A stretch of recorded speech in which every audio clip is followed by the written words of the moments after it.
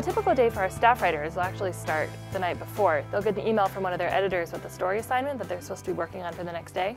So all that morning and into the early afternoon, our staff writers are going to be making calls, doing some research, trying to pull together a story, get kind of the angle that we want them to hit on it, find out all the information they need.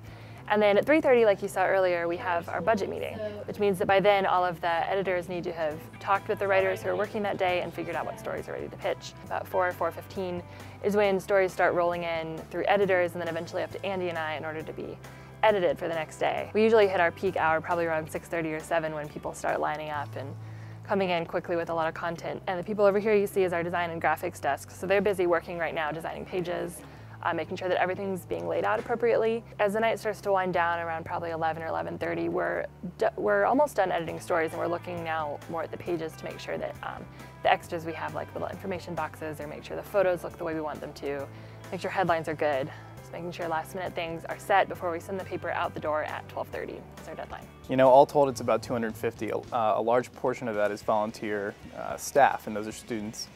You know, we've got about 40 paid editors or assistant editors here on staff. The large majority of it is volunteer staff. It's a tough balance to strike. It's definitely a full-time job on top of being a full-time student. The hours are kind of late, but we have a lot of fun doing it, and we learn to sleep on the weekends. You kind of work ahead on the weekends to get all your homework done.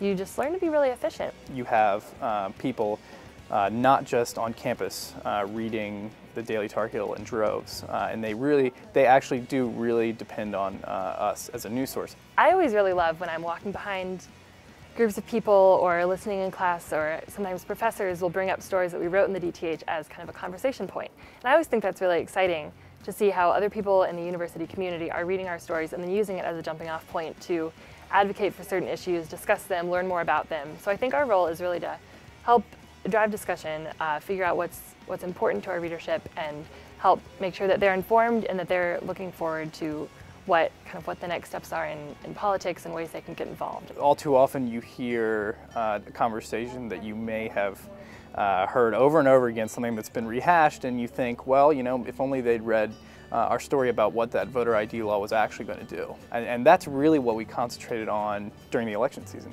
the ability to act as the source that people can draw from and be generally sure that they've gotten at the truth of the matter. And so voter education was really at the top of our list in election season. Well, you know, the Daily Tar Heel is a great example of an experiment that's being tried throughout the country, and that's nonprofit journalism. Remember that the Daily Tar Heel is an independent nonprofit organization, completely independent of the university. It also has the benefit of having free volunteers, students that come there because they're passionate about the community, they're passionate about reporting, and they're very interested in this as an act of civic engagement. And whether or not they get jobs as journalists, this prepares them to be better citizens throughout the state of North Carolina and throughout the world. We've seen our journalists go on to professional publications and success in a lot of other fields as well.